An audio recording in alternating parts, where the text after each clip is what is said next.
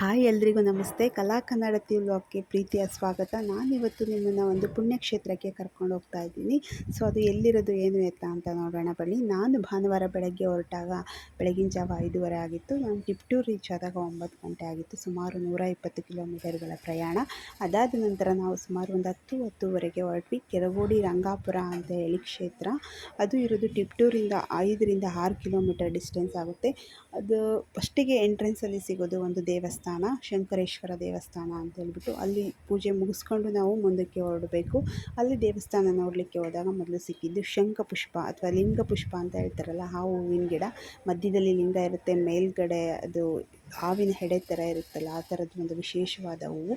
ಆ ಹೂವನ್ನ ನೋಡಿಬಿಟ್ಟು ಅಲ್ಲಿ ಒಂದಷ್ಟು ಹೂವುಗಳನ್ನ ಕೊಯ್ಕೊಂಡ್ವಿ, ಕಿತ್ಕೊಂಡು ಒಳಗಡೆ ಹೊರಟ್ವಿ. ಶಂಕರೇಶ್ವರ ದೇವಸ್ಥಾನದ ಒಳಗಡೆ ಮೊದಲಿಗೆ ಗರುಡಗಂಬದ ದರ್ಶನ ಮಾಡಿಕೊಂಡು ಒಳಗಡೆ ಹೋಗಿ ನೀವು ನೋಡ್ಬೋದು. ಅಲ್ಲಿ ದೇವಸ್ಥಾನಕ್ಕೆ ಶಂಖಪುಷ್ಪದಿಂದನೇ ಅಲಂಕಾರ ಮಾಡಿದ್ದಾರೆ. ಅಲ್ಲೇ ಹೂ ಗಿಡ ಸಿಗೋದ್ರಿಂದ ಸೊ ಒಳಗಡೆ ಎಂಟ್ರಿ ಆದರೆ ಅಲ್ಲಿ ತಾಯಿ ಅಮ್ಮನವರ ಸನ್ನಿಧಾನ ಮತ್ತು ಬಸವಣ್ಣವರಿದ್ದಾರೆ, ಜೊತೆಗೆ ಶಂಕರೇಶ್ವರ ಸನ್ನಿಧಾನ.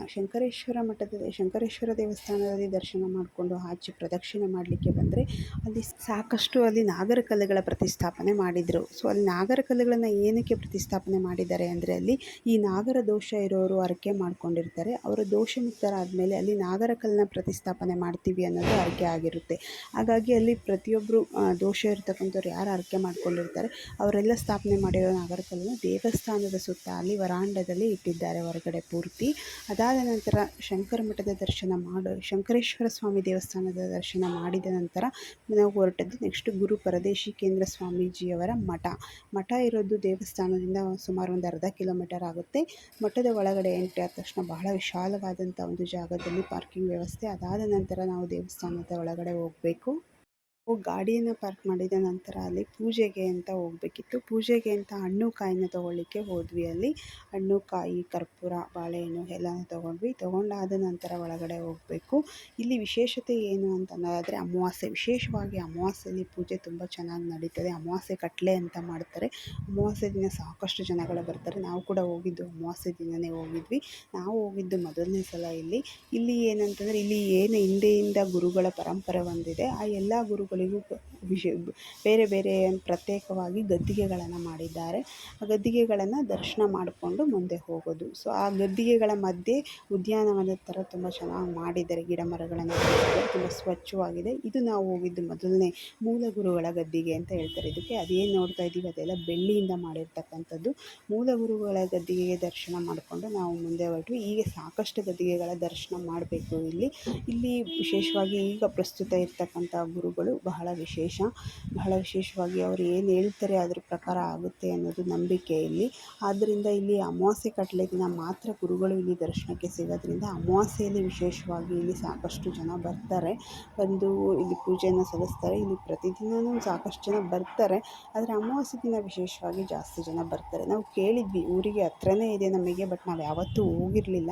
ಕೇಳಿದ್ವಿ ಈ ಥರ ಕ್ಷೇತ್ರ ಭಾಳ ಚೆನ್ನಾಗಿ ನಡೆಯುತ್ತೆ ಅನ್ನೋದು ಗೊತ್ತಿತ್ತು. ಗುರುಗಳನ್ನು ನೋಡಿದ್ವಿ, ಊರುಗಳಲ್ಲಿ ಏನಾದರೂ ಫಂಕ್ಷನ್ಗಳಿಗೆ ಗುರುಗಳನ್ನ ಕರೆಸಿದಾಗ ಗುರುಗಳನ್ನ ನೋಡಿದ್ವಿ, ಆದರೆ ಕ್ಷೇತ್ರ ದರ್ಶನ ಯಾವತ್ತೂ ಮಾಡಿರಲಿಲ್ಲ.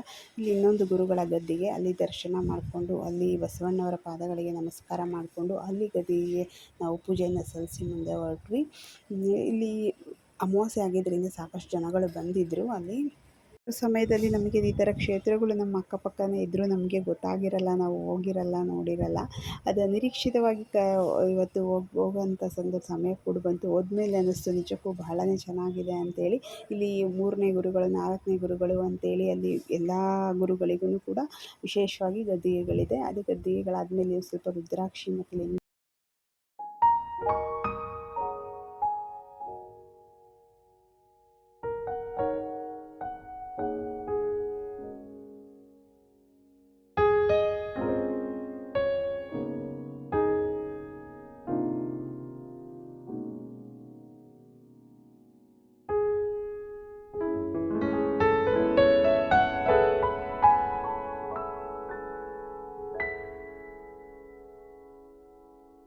ಸೊ ಇಲ್ಲಿ ಈಗ ಇರ್ತಕ್ಕಂಥ ಮೂಲ ಗುರುವರ ಸನ್ನಿಧಾನ. ಇಲ್ಲಿ ಇವತ್ತು ಅಮಾವಾಸ್ಯೆ ಆಗಿದ್ದರಿಂದ ಗುರುಗಳು ದರ್ಶನಕ್ಕೆ ಅಂತ ಕೂತಿದ್ರು ಅಲ್ಲಿ. ಅಂದರೆ ಅಮಾವಾಸ್ಯೆ ದಿನ ಮಾತ್ರ ಗುರುಗಳು ಇಲ್ಲಿ ದರ್ಶನಕ್ಕೆ ಸಿಗೋದು, ಬೇರೆ ದಿನ ಸಿಗಲ್ಲ. ಹಾಗಾಗಿನೇ ಅಮಾವಾಸ್ಯೆ ದಿನ ಸಾಕಷ್ಟು ಜನ ಬರ್ತಾರೆ. ಅಲ್ಲಿ ಗುರುಗಳಿಗೆ ಫಲತಾಂಬೂಲಗಳನ್ನು ಅರ್ಪಿಸಿ ಅವರು ತಮ್ಮ ಸಮಸ್ಯೆನ ಹೇಳ್ಕೊಳ್ತಾರೆ. ಗುರುಗಳ ಆಶೀರ್ವಾದ ತಗೊಂಡು ಬರೋದು. ಸೊ ಇಲ್ಲಿ ಇರೋದು ಉರಿಗದ್ದಿಗೆ ಇದರದ್ದು ವಿಶೇಷ ಏನಂದರೆ ಅಮಾವಾಸ್ಯೆಯ ದಿನ ಗುರುಗಳು ಆ ಗದ್ದಿಗೆ ಮೇಲೆ ಕೂರೋದು. ಅಲ್ಲಿ ಗದ್ದಿಗೆ ಇದೆ ನೋಡಿ, ಆ ಗದ್ದಿಗೆ ಮೇಲೆ ಕೂರೋದು. ಅಲ್ಲಿ ಕುತ್ಕೊಂಡು ಏನೇ ಹೇಳಿದ್ರು ಕೂಡ ಅದು ಸತ್ಯ ಆಗುತ್ತೆ ಅನ್ನೋದೊಂದು ನಂಬಿಕೆ. ಹಾಗಾಗಿ ಅಲ್ಲಿ ಅಮಾವಾಸ್ಯೆ ದಿನ ಅದನ್ನು ಕೇಳಲಿಕ್ಕೆ ಸಾಕಷ್ಟು ಜನ ಬರ್ತಾರೆ. ಅಲ್ಲಿ ಕೂತಾಗ ಸ್ವಾಮಿಗಳು ಅದ್ರ ಮೇಲೆ ಕೂತಾಗ ಅವ್ರ ಸಮಸ್ಯೆಗಳು ಅಥವಾ ಏನೋ ಒಂದು ಕೇಳಲಿಕ್ಕೆ ಬರುವಂಥ ಜನಗಳು ಜಾಸ್ತಿ ಬರ್ತಾರೆ ಅಲ್ಲಿ. ಹಾಗಾಗಿನೇ ಅಮಾವಾಸ್ಯೆ ದಿನ ಸ್ವಲ್ಪ ವಿಶೇಷವಾಗಿ ಅಲ್ಲಿ ಎಲ್ಲನೂ ನಡೀತಕ್ಕಂಥದ್ದು. ಅದಾದ ನಂತರ ನಾವು ಇಲ್ಲಿ ಮುಂದೆ ಹೋಗ್ತಾ ಅಲ್ಲಿ ಕಂಡದ್ದು ಮಕ್ಕಳ ವಸತಿ ಗೃಹಗಳು, ಹಾಸ್ಟೆಲ್ ಇದೆ ಅಲ್ಲಿ. ಸ್ಕೂಲ್ ಆ ಕಡೆ ಹೊರಗಡೆ ಇದೆ, ಇಲ್ಲಿ ಹಾಸ್ಟೆಲ್ ಒಳಗಡೆ ಮಾಡ್ಕೊಂಡಿದ್ದಾರೆ. ಹಾಸ್ಟೆಲ್ಲು ಅದಾದ ನಂತರ ಅಲ್ಲಿ ತೆಂಗಿನಕಾಯಿ ಕಾಯಿ ಮಂಡಿ ತುಂಬಿಟ್ಟಿದ್ದಾರೆ, ಆ ಕಡೆ ಹಿಂದ್ಗಡೆ ತೆಂಗಿನ ತೋಟ ಇರೋದ್ರಿಂದ ಅಲ್ಲಿ ತುಂಬಿಟ್ಟಿದ್ದಾರೆ. ಅದಾದಮೇಲೆ ಇಲ್ಲಿ ಒಳಗಡೆ ಅನ್ನಗೃಹ ಅಂದರೆ ಪ್ರಸಾದ ಗೃಹಕ್ಕೆ ದಾರಿ. ಇದು ಪ್ರಸಾದ ಗೃಹದ ಎಂಟ್ರಿ. ಒಳಗಡೆ ಹೋದರೆ ತುಂಬಾ ದೊಡ್ಡದಾಗಿದೆ ಪ್ರಸಾದ ಗೃಹ. ಸಾಕಷ್ಟು ಜನ ಒಟ್ಟಿಗೆ ಒಂದೇ ಸಲ ಕೂತು ಊಟ ಮಾಡೋವಂತಹ ವ್ಯವಸ್ಥೆ ಇರ್ತಕ್ಕಂಥ ಪ್ರಸಾದ ಗೃಹ ಇದೆ. ಈ ಪ್ರಸಾದ ಗೃಹದ ಎಂಟ್ರಿನಲ್ಲಿ ಒಂದು ಇಲ್ಲಿ ಗುರುಗಳ ಫೋಟೋ ಇಟ್ಟಿದ್ದಾರೆ. ಅದಕ್ಕೆ ನಮಸ್ಕಾರ ಮಾಡಿಕೊಂಡು ನಾವು ಮುಂದೆ ಹೋದ್ವಿ. ಇಲ್ಲಿ ಪ್ರತಿದಿನ ಅನ್ನದಾನ ಇರುತ್ತೆ. ಎಷ್ಟು ಬೇಕಾದರೂ ಊಟ ಮಾಡ್ಕೊಂಡು ಹೋಗ್ಬೋದು. ಅಂದರೆ ಇಲ್ಲಿ ತಟ್ಟೆಗೆ ತಗೊಂಡು ಹಾಕಿಸ್ಕೊಂಡು ಊಟ ಮಾಡೋದು. ಮುದ್ದೆ ಊಟ ಪ್ರತಿದಿನ ಕೂಡ ಮುದ್ದೆ ಊಟ ಇರುತ್ತೆ. ಮುದ್ದೆ, ಅನ್ನ, ಸಾಂಬಾರು ಊಟ ಇರುತ್ತೆ. ಸೊ ಮಜ್ಜಿಗೆನೂ ಇರುತ್ತೆ. ಎಷ್ಟು ಬೇಕೋ ಅಷ್ಟು ಹೊಟ್ಟೆ ತುಂಬ ಊಟ ಕೊಡ್ತಾರೆ. ಎಷ್ಟು ಬೇಕೋ ಅಷ್ಟು ಹಾಕಿಸ್ಕೊಂಡು ತಿನ್ಬೋದು. ಆ್ಯಸ್ ಯೂಶ್ವಲ್ ಎಲ್ಲರಿಗೂ ಗೊತ್ತೇ ಇರುತ್ತೆ. ಮಠದ ಊಟ ಅದರ ರುಚಿಯ ಟೇಸ್ಟೇ ಬೇರೆ ಇರುತ್ತೆ. ಸೊ ನಾವು ಊಟ ಮುಗಿಸ್ಕೊಂಡು ಹೊರಟ್ವಿ. ಗುರುಗಳು ಇನ್ನೂ ಅಲ್ಲಿ ಹೊರಗಡೆ ಕೂತಿದ್ರು. ಅಲ್ಲಿ ಸಾಕಷ್ಟು ಜನ ಇವತ್ತು ಅಮಾವಾಸ್ಯೆ ಇದ್ರಿಂದ ಸಾಕಷ್ಟು ಜನ ಇನ್ನೂ ಬರ್ತಾಯಿದ್ರು. ಕೊನೆಯಲ್ಲಿ ಇದೊಂದು ದೇವಸ್ಥಾನದ ದರ್ಶನ ನಾವು ಮಾಡಿರಲಿಲ್ಲ. ಸೊ ಅದೊಂದು ದೇವಸ್ಥಾನದ ದರ್ಶನ ಮುಗಿಸ್ಕೊಂಡು ನಾವು ಮನೆ ಕಡೆ ಹೊರಟಾಗ ಆಲ್ಮೋಸ್ಟ್ 1:30 ಆಗಿತ್ತು. ಸೊ ಹೇಗಿತ್ತು ಇದೆ ಕೆರಗೋಡಿ ಮಠದ ಒಂದು ದರ್ಶನ, ನಿಮಗೇನು ಅನ್ನಿಸ್ತು ನೋಡಿ. ಪ್ಲೀಸ್ ಲೈಕ್ ಮಾಡಿ, ಶೇರ್ ಮಾಡಿ, ಸಬ್ಸ್ಕ್ರೈಬ್ ಮಾಡಿ ಫ್ರೆಂಡ್ಸ್.